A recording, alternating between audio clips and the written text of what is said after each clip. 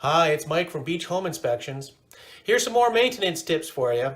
What do we look for when we're looking at an electrical system? Let's have a look. So the first thing we notice here with these electrical panels is they're located in a closet. And that's a no-no. They should not be located in cabinetry or closets of any kind. And next we have some chemicals and hanging clothes and things that are far too close to the panels themselves. We need to have those removed in case of fire. Let's have a look at the sub panel here. The sub panel is labeled quite nicely. Nothing is tripped on it. It's all good. We'll look at the main panel here. And nothing is close to it right now. That's good. The panel definitely needs some labeling. This is very poor. We need to know what's what on it.